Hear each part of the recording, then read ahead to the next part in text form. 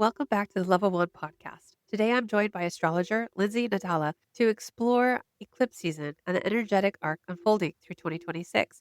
And although the first wave of eclipses happened earlier this month of March, the shift they initiated continues building as we move towards the next phase of the cycle in August. We talk about what eclipses actually represent in astrology, how these cycles shape personal and collective transformation, and why this moment is inviting many people to reclaim their inner authority and spiritual sovereignty. If you've been feeling the shifts but can't quite put words to them, this conversation will bring you clarity. Welcome back to Level 1 Podcast. This morning I have Lindsay Natale here with me to talk about astrology, specifically to talk about eclipse season and how we can work with that on an individual level, what that looks like on a collective level, and really the history behind it and what it's all about exactly, because there's lots of different stories. People call it a portal. People call it like some people don't think it's anything at all, really, to discover within themselves or to work with.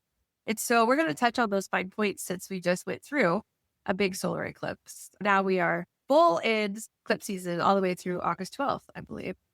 I'm just going to share the way that I met Lindsay is that we are all going to co-create with Delisa Hockey and Tara Kabatoff. We are going to start doing this collaboration on March 25th of this year at 4:30 p.m. Pacific time. Our co-creation starts on March 25th, 2026. And I'm really excited about it. We're going to talk about astrology on 5 different points. We're going to do some channeling, some activation, and talk about shadow work and how we can work with that. So without further ado, Lindsay, can we talk about the history of eclipse season and perhaps give a little background of what got you into this to start with in the first place? Yeah, thanks. Thank you so much, Angela. I'm so happy to be here with you to talk about this because that's like just one of the biggest, most cool things about astrology is eclipses. And there's lots of levels to it. So basically, I'm a Hellenistically trained astrologer. I'm certified in Hellenistic astrology, but the whole story of it starts more with where it comes from in ancient tradition. So there's Hellenistic, there's the Indian tradition, and there's lots of ways that it's modern, brought into the modern traditions as well. And so there's lots of layers, and all of them actually make a lot of sense. But what I wanted to talk about today with you is we'll start off with the story of the Rahu and Ketu. If you've heard those keywords, Rahu and Ketu are another name for this North Node and South Node. There's a really cool mythology that goes with it. And then we'll talk about the way things are shifting right now. But before that, let's just get to know what an eclipse even is. So, there's the eclipse season that we're in right now. It's about a 2-week period. So there's two of them that we get every year. And we'll go more into those details in a minute. But the important thing to note is that this is the space of 2 weeks that's really, really potent, and it only happens twice a year. And they're bridged by a lunar and a solar eclipse. So on the 17th, we had our first solar eclipse in Aquarius, which is super significant because we're in this shifting period. And along with that, it just happened to be that it was the day of the lunar New Year, right? That we shifted from wood snake to fire horse. And I have heard, tell me what you think though, because I've heard more about this than any other lunar New Year shift. Yeah. I got all excited about the year of the rat. Right. Even the wood snake was kind of like, nobody talked about much, but this fire horse is like, everybody's on it. Everyone's on it. I already feel the energy. Last night, I went to this shamanic group community call, and we talked about bringing in the horse energy with the fire actually at the same time. And everyone was on their call, experienced it differently, of course, because everyone's on their own journey, but all experienced this amazing rush of energy, this amazing spark within their heart center of grandfather fire with this different horse energy. Like I had a Pegasus come in. Someone had like a horse that was like a Clydesdale. Some had a group of horses come in. And it's just like a rush. Like, I don't know about you, but for me, just in this last few days, I've been feeling this like energy that's been balling up. But yeah, I'm still tired because it's still hibernating because it's winter. I know this is like a push and pull. That's what it's come. A lot of my client work too is that a lot of people are feeling that because we are in the shift between major shifts all over the place between water and earth into fire and air. And there's such polar opposites, right? They're the yin to the yang. So it's extreme, and it almost feels jarring because we're in a transition. So what's cool about astrology is we do have these points where you're like, yeah, that's the point where this thing happens, but there's a ramp. There's always an on ramp and an off ramp. And then there's a high point. But yeah, for sure. I live in San Diego area, so we hardly get rain or anything. And on the night of the eclipse or the morning of the eclipse, we had a thunder and lightning storm, like, right locally, right in our in house. And it was so loud and so bright. I'm like, there's that fire horse. And I woke up at 4:11 a.m. and the eclipse was at 4:12 Yeah. a.m. And I was like, it just came and, oh my gosh, this is it. This is happening. And it feels different. Yeah. It feels The different. energy feels much different. And It feels- so what do we do within these 2-week time period right now, between, February to March, and then Yeah. all the way through the year until we hit it again in August? Yeah. Yeah. We'll go into detail on that because I think that's really critical because this is the ending of the 18-month Virgo Pisces. So this is just another indication of fire and air, right? So we're ending this Virgo Pisces eclipse cycle, which is 18 months. And so even though it's an Aquarius solar eclipse, there's some technicality here. And I think it's really fascinating to kind of unpack it a little bit. This is the last Virgo Pisces eclipse that we're closing up. And then in August, it's the fresh start of the Leo and Aquarius axis. So a new 18 months. So we'll get more into that. We'll talk about that because I think that's really critical to understand that this midpoint is middle of the year. I think that we're really going to be seeing the shift from the yin energy, the more emotional, more material, trying to, all that we've been going through for quite a while. And to like, oh man, this is happening. And everything's happening now and shifting there. So it's kind of, yeah, I was kind of just going to say, it's kind of nice to know that we have about that whole period to feel into it. We can use, that's what you were asking. We can use it to say, okay, I'm consciously moving into air and fire. And it's a little bit of a slower process than just expecting us to get it right away. Oh, I'm sorry. What were you going to say? Yeah, no, it's okay. I kind of feel like that extra little push is going to happen around April. I think there's like some major astrological things happening. And every time I do my own work for myself, I always feel like, oh, I think April is going to be like that next like rush, I think. Almost like a stampede. It definitely. Yeah, that's going to be Uranus and Gemini happens in April, and that'll be massive because we've been having Uranus in Taurus for 7 years since 2018, and think about inflation, think about all the things that have changed, and the things that we want to feel secure, and all the things like the food costs more, and just all the things that are the comforts of life have changed, and it's going to go into Gemini. So we're going to be going into information overload and speed. And, this is a little bit off subject, but I think what's so cool about that is that we can use it to learn the things we want to learn instead of being distracted by all the overload. I think people are going to start choosing to regulate themselves with spirituality because when Uranus goes into Gemini, it's going to be giving a nice sextile to the Neptune Saturn in Aries. So they're gonna stimulate each other, and that's so much more about sovereignty, about spiritual sovereignty, powerhouse, and independence, individuality, and Angela, it's like we're taking responsibility. I think that's a huge. If we're taking responsibility and not putting things off on someone else. Even when we want to, when it seems logical, it's like, but we are in this space where if we can take responsibility for everything, then we can take that power of all of it too to come through. I love how you explain that. It's basically saying we're done with victimhood that no longer lives here. Yeah. Absolutely. And it feels so good. It's either all these things aligning together and all the collective is waking up with this fire horse right on that eclipse. And did you see the picture of it? It's rad. Did you see this? Yeah, it's dynamite. Yeah. You almost think it was AI. I'm sure there's a lot of that out there, but it was actually beautiful without it. Yes. Yeah. So it's so anyway, just to link Impactful. back into eclipses. Yeah, I saw that. I'm like, it's in Antarctica, and the moon is farther away right now, so it's further away from the Earth. So it created that ring around the sun. Really incredible. The pure ring of fire. Yeah. Yeah. The divorce could jump right through. Those 2 And- weeks that we're in right now, because this will Mhm. launch and come somewhere in between that.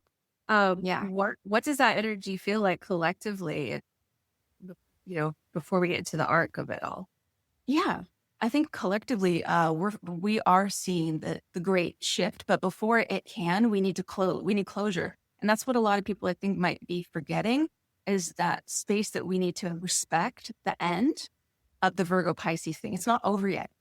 Yeah. So even though so we want to jump into fire horse, but if you do it too fast, you're gonna get burned. I mean, no, you gotta take the time to regulate and see what is your plan. That's the Virgo Pisces axis part of it.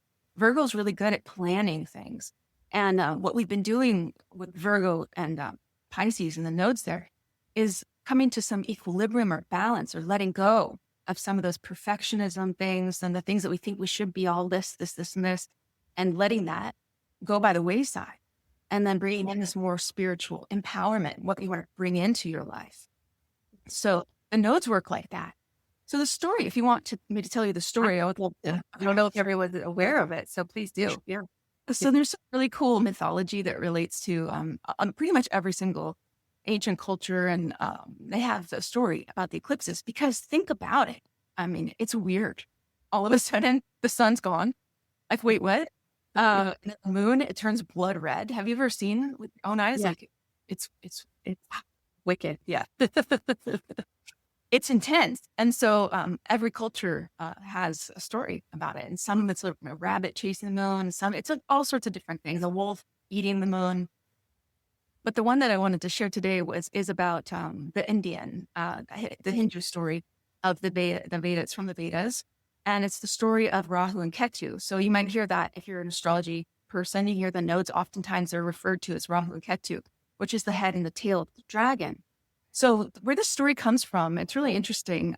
It's mythology, of course. And so there's two different groups of beings. There's the devas, which are the gods, and they're related to order and stability, and they hold the forces of life together, right? And then there's the asuras, which is the opposite side.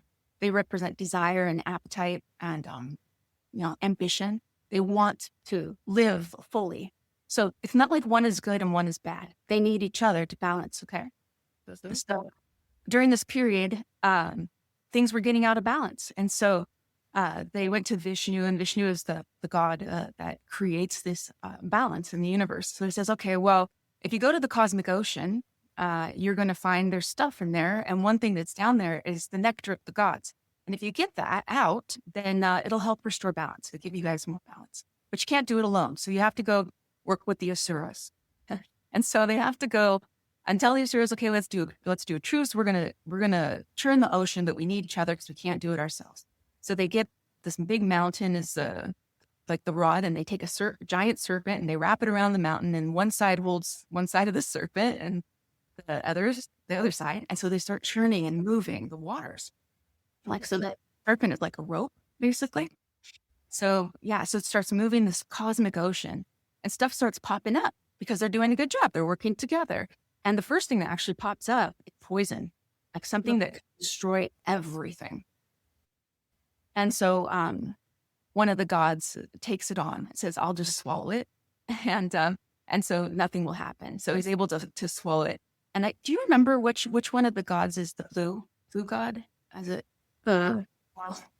It's Krishna. So they're working together, and so things rise from the depths. And at one point, there's this poison. Another god takes it, but then eventually, all these other things pop out, and then finally, this nectar comes out, and both sides want it. So the asuras are really hungry for it because that's just what they are. They're like about desire and ambition, and they want. And the devas are scared. Because if they take it, then that's going to create their immortality. Life will always be about ambition and the materiality and what you want, and always this hunger. And so Vishnu says, well, we're just going to give it to the devas, and they start lining up to take it. And of course, the other guys are upset. And one of them's like, no, I'm not gonna do that. He hides himself within the devas. He's disguised himself. And so he's about to take his nectar, but the sun and the moon see him. And they're like, he's not a deva. So Vishnu, oh geez, okay. And they cuts him in half. Oh, yeah. He cuts him in half. And just as he's cut him in half, the nectar had a drop of it, it touched his throat. And so when he gets cut in half, he becomes two entities that are immortal. I The see. head of the dragon, which is Rahu, and the tail of the dragon, which is Ketu. And they're separated from each other. So that's how they move in the sky. They're always looking for their other half, I but they're see. always facing the sun and the moon. So that's kind of the story there. That's beautiful. I don't think I've ever heard that before. Thank you. What a great story. It's kind of interesting too to think about all this serpentine, energy that is in it already. Moving serpent, and then the head and the tail of the dragon. And so the sun and the moon actually, that's what it is. That's what's really, really cool about it, is the sun and the moon move in this two different paths. And at some point, this path overlaps and it makes the shape of a serpent. And when you come to this point, is overlapping, that's the node. So there's the node of the sun and the moon are these where the two things cross point. And that's when we get eclipses. I see. Okay. That makes sense to me. Yeah. So this serpent is still in the sky. And that's with the sun and the moon. Like, it's astronomical. You can see it, the way that it moves. So that's what the solar and the lunar eclipse. So yeah, a solar eclipse always comes at the new moon. That's when the moon is between the earth and the sun. And then a lunar eclipse is always at a full moon. So you're asking about these 2 weeks, they're always going to be bridged, or like either side of it is going to be the new moon and a full moon. Yeah. I feel like this energy, what you were saying before, where it was like a transformational stage where we're not really out of what we just came out of yet. And I think it's part of still moving with the seasons. Like we're not actually physically in spring yet until after these 2 weeks are over. So we're kind of in that point of we're still hibernating, we're still resting, we're working through it, right? But we don't have time we're not really ready to grow it yet, grow our seeds and take flight until spring. I think that all makes kind of sense. Like we're still really just moving through this collective bleh. What are we really doing? And what do we need to let go of? And what do we really need to like see ourselves as and as being collectively, individually, and then move from there through the arc, which brings us, what does the arc represent then between these 2 points? That's a great question, because the solar eclipse that we had was the first Aquarian solar eclipse.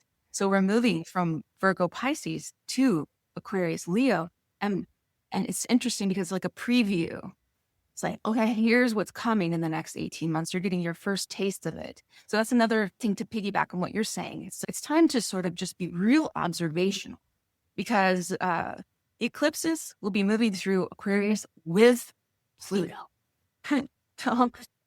Expect the next 18 months to be even more of these revelations, trying to understand what's your part in this collective, and not just this giant collective, because I think we're going to start seeing potentially that we need to collect littler groups, really strong small groups. And these small groups can sort of start blending together to make something, right? Because things get too big and it gets out of control. So then there's control mechanisms put upon it. So part of the Virgo Pisces structure has been also about what needs to be released from this control system. And we're going into these, of course, during this eclipse as well, we had the conjunction of Saturn and Neptune in Aries. It was already there. Like it perfects on the 20th, but they're both at 0. So there's this initiation. I think that's why people are feeling so much right now. And then this counterbalance of, but it's still slow. I'm still not ready. I still don't know. There's so many questions. What does this mean? What's real, right? It's okay. We need to take it slowly and find what we can trust. And that's what I think what you're doing is really powerful, because we're looking to find something inside. And that's what the whole next cycle is about. It's something that comes from an internal knowing, a knowing, which is different than a guess. And this knowing is what the Aries 0 point is. It's the belly button.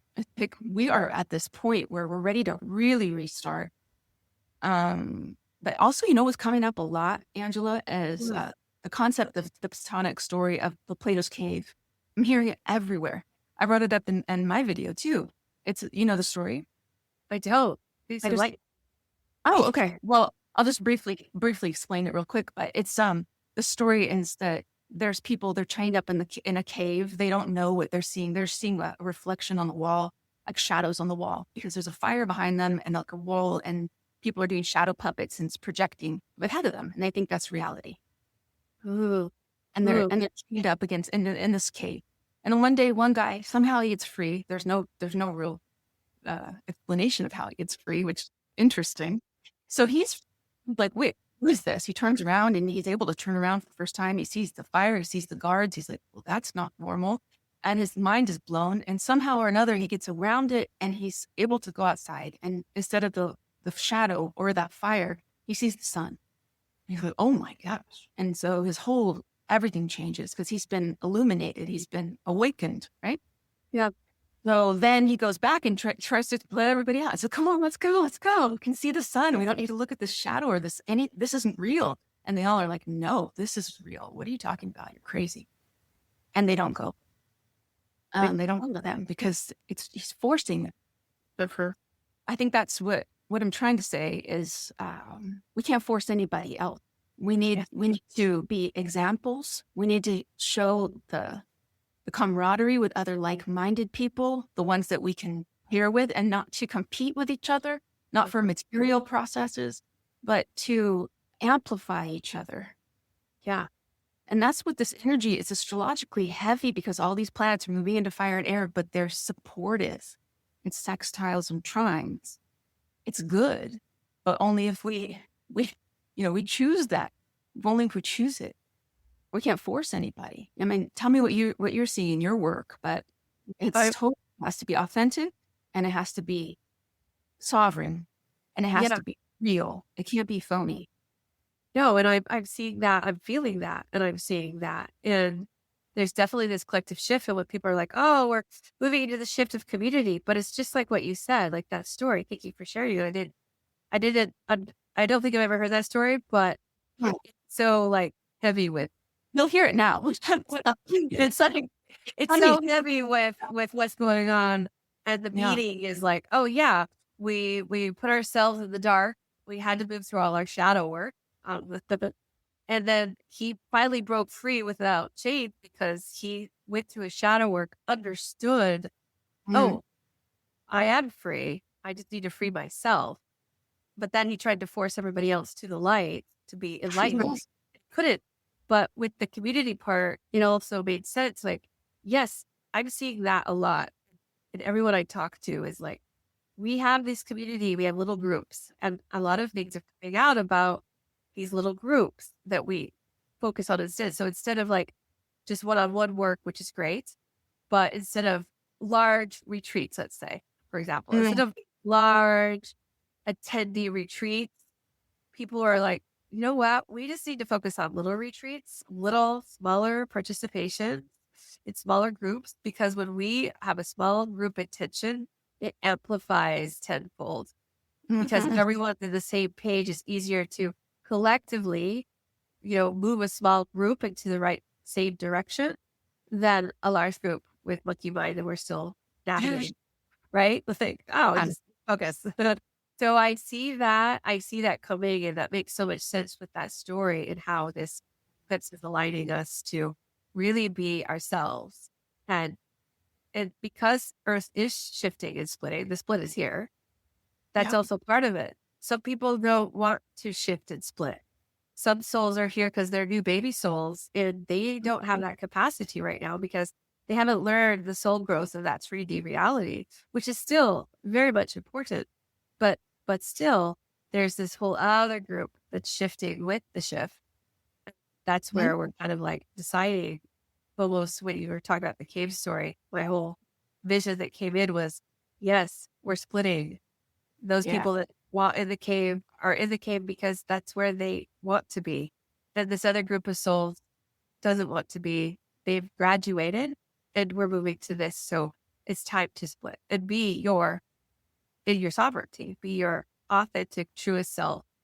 I think that helps too uh, to not project onto other people. Like, well, what's wrong with you? Why don't you like that part of the cave story? I never really heard anybody talk about, and I just was thinking, who let that guy out? Nobody said, "Hey, man, let's go. There's a sun out here." That you don't, nobody did that to him.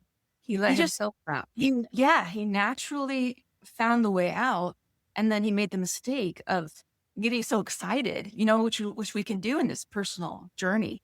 And we might want to be like, oh, I know this thing now. I'm illuminated. I'm ready to share it with everybody.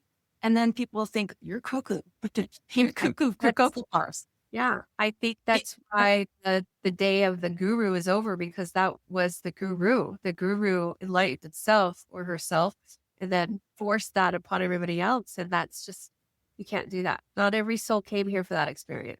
And that's what we all have to keep in mind.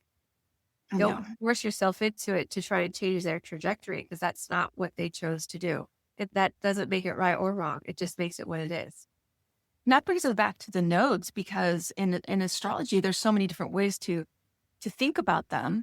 But initially, when I got into astrology, it was based on nodal work, because evolutionary astrology, where it started, and that's a huge part of evolutionary astrology, is looking at your nodes, because it can tell your past life story, and that's very attractive.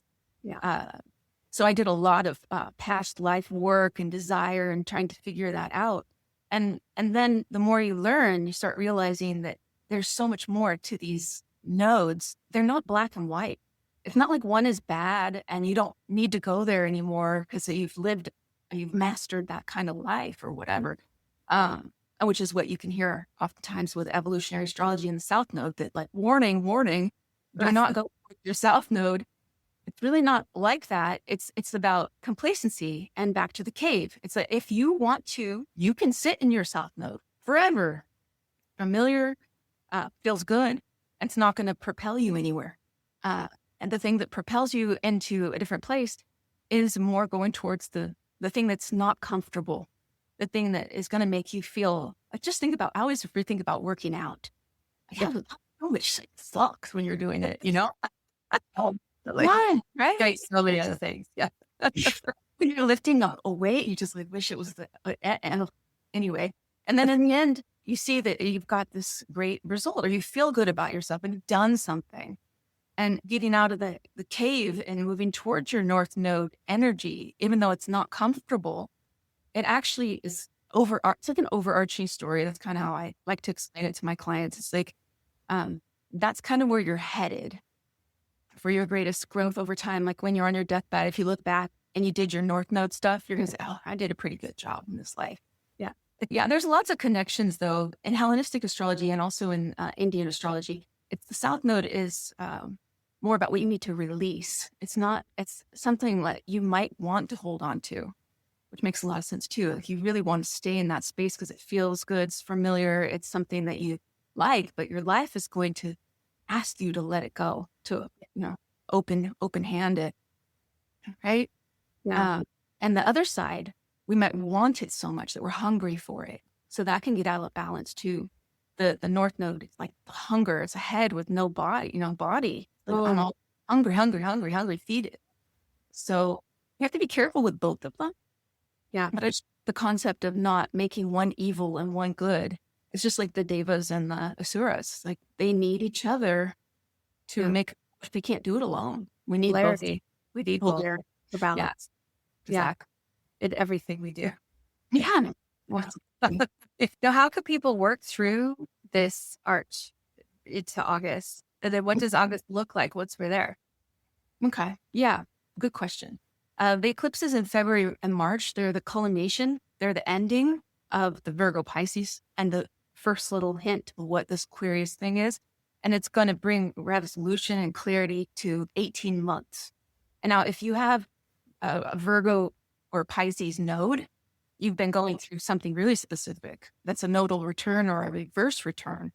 So it's really significant. It happens every 9 years, we get one or the other. And one is when the reverse return, I think, is pretty interesting because it's when the two nodes come together and click in as one, like an Ouroboros. It's like, boom, it's the head and the tail have met each other again. So that happens. I have the dates or like the ages on that. I'm just gonna look if you don't mind. Um, just to give you an idea. So the first one that we get of our reverse returns when we're 9 years old. So that's kind of interesting. It's like timelines, thinking about the psychology of being 9 years old. It's like you're right at the edge of childhood and going into this next phase. Yeah. And that's where your individuality is forming and your awareness is coming into alignment. And that's when the nodes click. The reverse, your first one is not a return, but a reverse. I think that's fascinating. And then the 18, 19 years old is when we get the first nodal return. So it's when it's the same what it was when you were born. So that's an identity orientation, a redirection, like a resetting yourself and your destiny path. You can hear that, like kind of big words when you talk about the nodes. Then your 27, 28 nodal reversal, that aligns with the Saturn return. So that's another one where you're making these course corrections, new perspectives, awareness, clicking in to Ouroboros again. And then 37, 38, that's when you have your second nodal return, realignment. That's the beginning of the midlife. Oftentimes, that's the beginning of your Uranus opposition. So these all really align with big, big transitions in life. Then this 46, 47 years old, that's the reversal. Okay. One that I just went through. I have a Virgo North Node, Pisces South Node.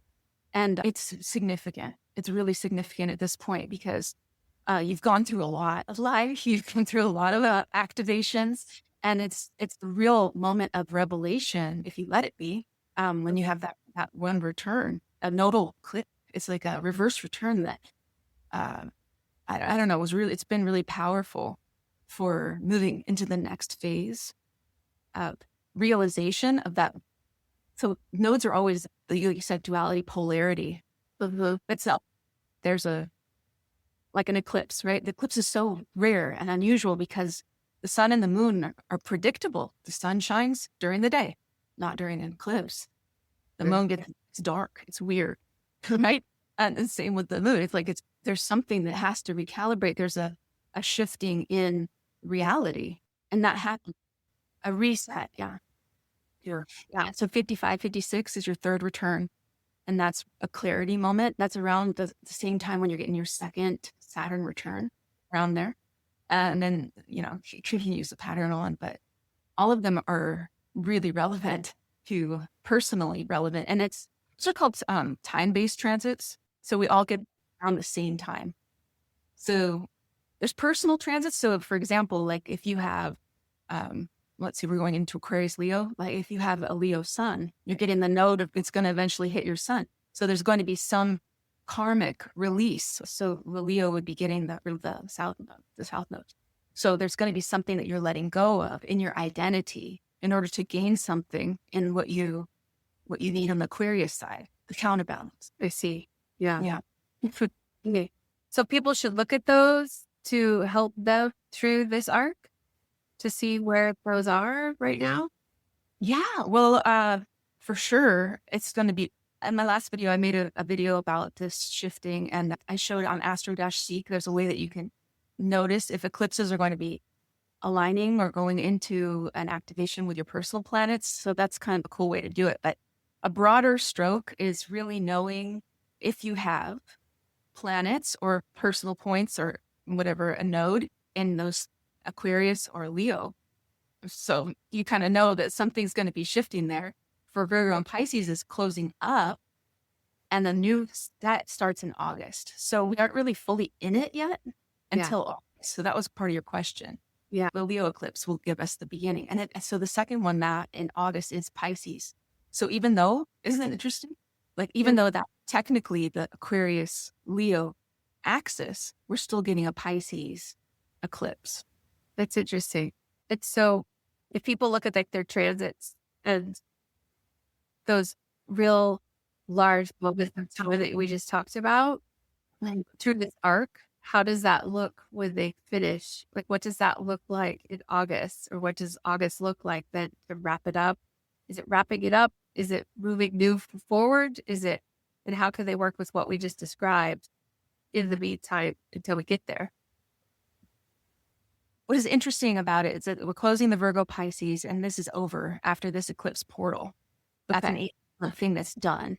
And then the next one, which is because each eclipse cycle is Yeah. 18 months. Within each cycle, there's multiple eclipse portals and whatever. So that's why. And there are multiple different places it can be. But the node for that whole 18 months, the nodes have been in Virgo and Pisces. Right. So that's why it's the Virgo Pisces axis this whole time. So if you look at a chart in the past 18 months, the nodes have been literally in Virgo or Pisces. Gotcha. But Yeah. that means that the eclipse is going to be there. So for this Aquarius one, it was an Aquarius new moon, but the node is still in Pisces. I see. So that just means that it was touching just right at that spot where it's the shift, the moving over, but it's still Pisces energy. We're still in the Pisces nodal energy. So that adds to what we were saying earlier, why it still feels like discordant. Technical And so term. in August, yeah, exactly. So in August, we're going to have it'll be the nodes will be in Leo and Aquarius. They don't retrograde. They retrograde all the time, but they won't go backwards into where they were. They're done. Okay. But that, yeah, exactly. Kind of complicated, but hopefully. Astrology can be complicated, especially depending on what angle you're coming from. There's so many different ones. I haven't even started venturing down completely the Mayan calendar and astrology like that. That's completely different to me. I just started with that. But depending on your perspective and your belief system too, on which one you follow or don't, it could be a little confusing. Yeah. But also, I've been starting to take a little bit of all of these and analyze them together, and they all just end at the same path, though, don't they? That's the best realization you can have in any spiritual path is that there's a million ways up the mountain, but we're all going to the top of the mountain. So let people get there how they're going to get there. Yeah. For us, it might be astrology. It might be numerology. It might be going to church. It might be going into nature. It might be hiking. It doesn't matter. As long as we're all moving towards the same goal, which is the Aquarius Leo thing really, and Pluto in there is how do we make ourselves our best version to make the collective better? It's a responsibility that we have. Yeah. And then the Aries thing happening too. It's how do we do that with the spiritual sovereignty that's not through a middleman, because we're going to be having a harder time to know what and where to trust. Sure. Actually, right now in our landscape within the global, it's not just US, it's globally. Oh, yeah. Where do we stand? Who do we trust? And I think it all comes back to, when people say, oh, I see all this. What can I do? I want to do something. Go within. The best thing we can all do to help collectively is to take care of ourselves. Because when we do that, we shine our light shines out. You may not see it, but etherically it shines. And so that holds more weight, where they always say love conquers all. Yes. So the more we open from our heart center to our golden light to shine it out there, that is how we're helping. Because when we help that, then that helps the next person, that helps the next person. And then it lifts the whole vibration up collectively. So that's how we help each other. We help each other through going inward to ourselves, whatever path that is, to these tools like astrology, like plant medicine, like, hypnotherapy, all these different modalities helps us find ourselves to who we truly are. And then that's how we help everybody else. I truly believe that. The best metaphor of all time is the one you hear on the airplane. Put your own mask on. Before helping us. Yes, 100%. Yeah. Your own mask. Yeah. How and then you help that? It's counterintuitive too. Sometimes you're like, oh, I should help my family first. But it's like, no, if you're not good, how can you help anybody? If you don't love yourself, and that's probably one of the hardest things to do. It's so easy to say. But that's another thing I love about astrology is it really helps you see yourself from a broader perspective and how you're made. You are created to be. Why are you comparing yourself to anyone else when you have this unique individuation and it doesn't repeat for 26,000 years? You are special. You are the only one of you ever. Yeah. And I kind of identify, like, body moles or birthmarks and all of the above, whatever's on your body is unique to you. Think of them as Mm, stars. Your stars are mm, also unique to you. You will always be your own unique self. And there's yeah. no right or wrong. It's just is. Yeah. And you can see that too as one of the other elements of evolutionary astrology and thinking about past lives and the nodes. I do have some thoughts on that, which are a little bit avant garde about one of the revelations I had because I really focused in on my past life experiences because I wanted to understand. And Yeah. so eventually, with a lot of hard work and meditation and focus, you know when something's real and when it's just imaginary if you start to get to that point. And that it took me a long time because I'm very earthy and very dense. I need with a lot of work. And I have a South Node in Pisces. And so that's the design. Like I can't stay there. I can't stay in dreamland. I can't stay in mystical land. It has to be practical, right? The Virgo side has to be practical use. So anyway, the design that I noticed that when I started aligning with all these different visions, all of them had Pisces energy. Like one of them was a singer that was a drug addict. So like that came through. A lot of them had to do with being a nun or a monk, which is very Pisces in the fifth house. And on the connections, if you look at your chart, any planet that aspects your nodes is part of that story too. And so I never shared this with anybody. So this is totally my own idea. So people can disagree with it. That's fine. This is just my own observation is that if you have access to all the potentials and like, let's say time isn't linear, that these lives are happening concurrently. Yep. But the nodes narrow you in on what you need to know from the past to not make those same mistakes again. Like you can see only the South Node type things.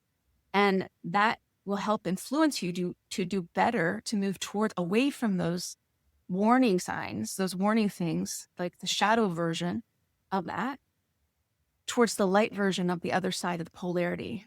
Does that make sense? Oh, I could totally see that. The way you said that, I was like, oh, yeah. Thinking of my chart, I was like, you know what? I hear you. And I could totally see my chart doing that same thing within Mhm. this lifetime and understanding some of my past lives as well. But yes, I think it's a good theory that you're on too. Thanks. So I'm glad to share it with you because I've never said anything to anybody about that. there we And go. Now our listeners know too. now, They're and like, we're all oh, think about how would you would get overwhelmed if you didn't have a specific curriculum or structure and say, okay, you can know about this thing because this is what's going to help you move to. And then if you think about reincarnation in multiple lives or concurrent lives, I'm not sure, that makes a whole lot more sense that you can get a lot further than being diluted, like the water is. Yeah, there's too much. water. Where do you look when there's a bazillion places to look? Yeah. It So keeps your focus narrow. Yeah. yeah, narrows in it's still broad. It's Yeah. still really vast. But we have, only whatever we have, our user system that we have here, Yeah. our human computer in our heads. We can only take so much. Yeah. Well, for Yeah. our nervous system too, our nervous system can only handle so much in this physical form. And so that's a big thing right now too, is a lot of people are waking up and understanding these tools to help guide them. And then, they're feeling like, I'm just too anxious. Well, that's just your nervous system and we're not taking the time to integrate. That's why too, I think with this whole eclipse thing, circling back around where we started, we're still hibernating. We still need rest. Our body still needs to integrate what we just went through for that last 18 years or 18-month cycle. And we still need to just rest and refocus and let go of that. I always call it dust because that's how I see it, people's body when I work with them. I see this like residual dust of all these things they just moved past. And those are the things we still need to let go right now, I feel like. Even though we let go of the snake, it's still a little slithery. It's still just a little slithery, We're finding these little pieces of skin throughout the house. And, well, before the horse really makes itself at home, it's kind of like what's moving out, what's moving in, and there's still a little packing and unpacking to do. And I think that's what I feel like is happening right now with these eclipses. Yeah, Yeah. there's an overlap. And the 18-year thing, I heard you say that, and, it's right. The 18 years is the whole cycle. You go through Mhm. all of 18 years. We're kind of at the beginning of that one as well, because the one we went to into, it all moves backwards.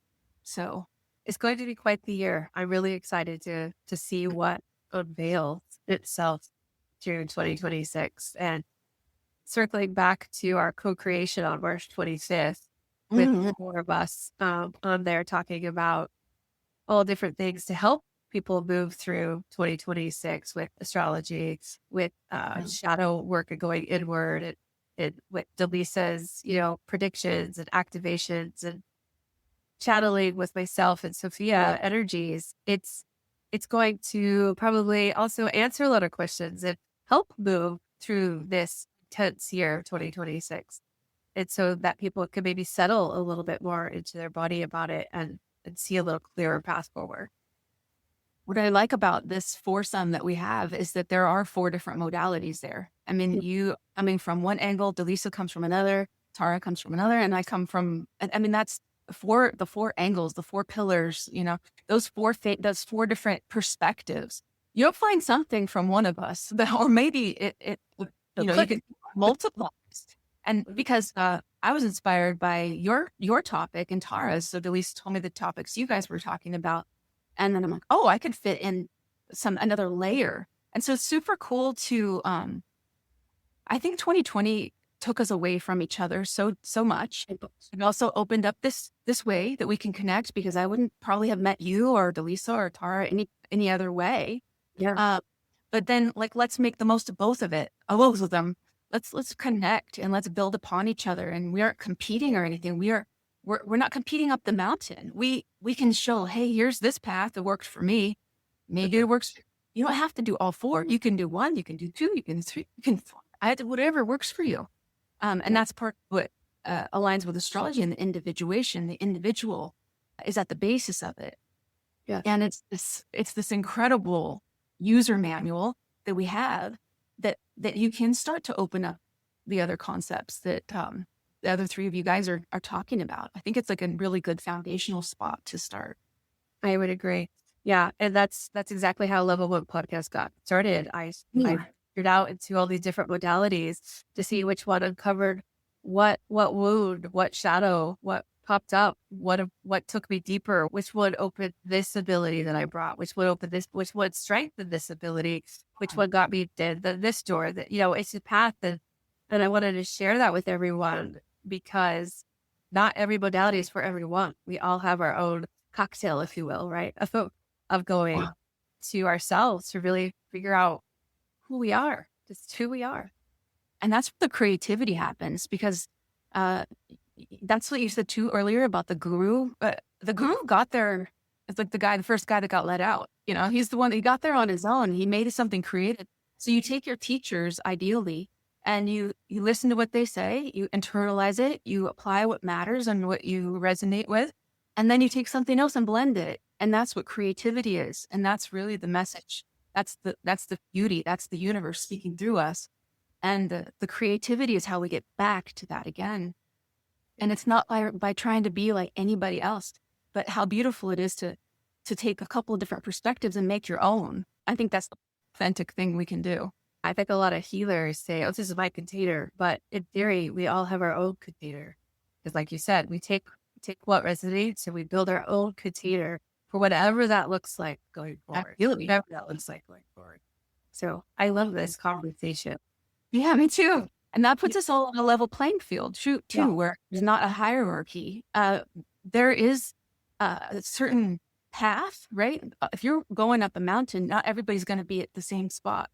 There will be people, but ideally, we want to look to the people that will bring resonance mostly. What do you resonate? Because there's a million different ways to do energy healing, a million different ways to do astrology. I mean, even looking at the nodes, I can tell you 3 different major traditions. They see it 3 different ways. And that doesn't mean one's right and one's wrong. It means what fits your little key, what key is going in your lock, unlock something for you so that you can go to the next place to hang out on the mountain to get your breath, Yeah. and something else in.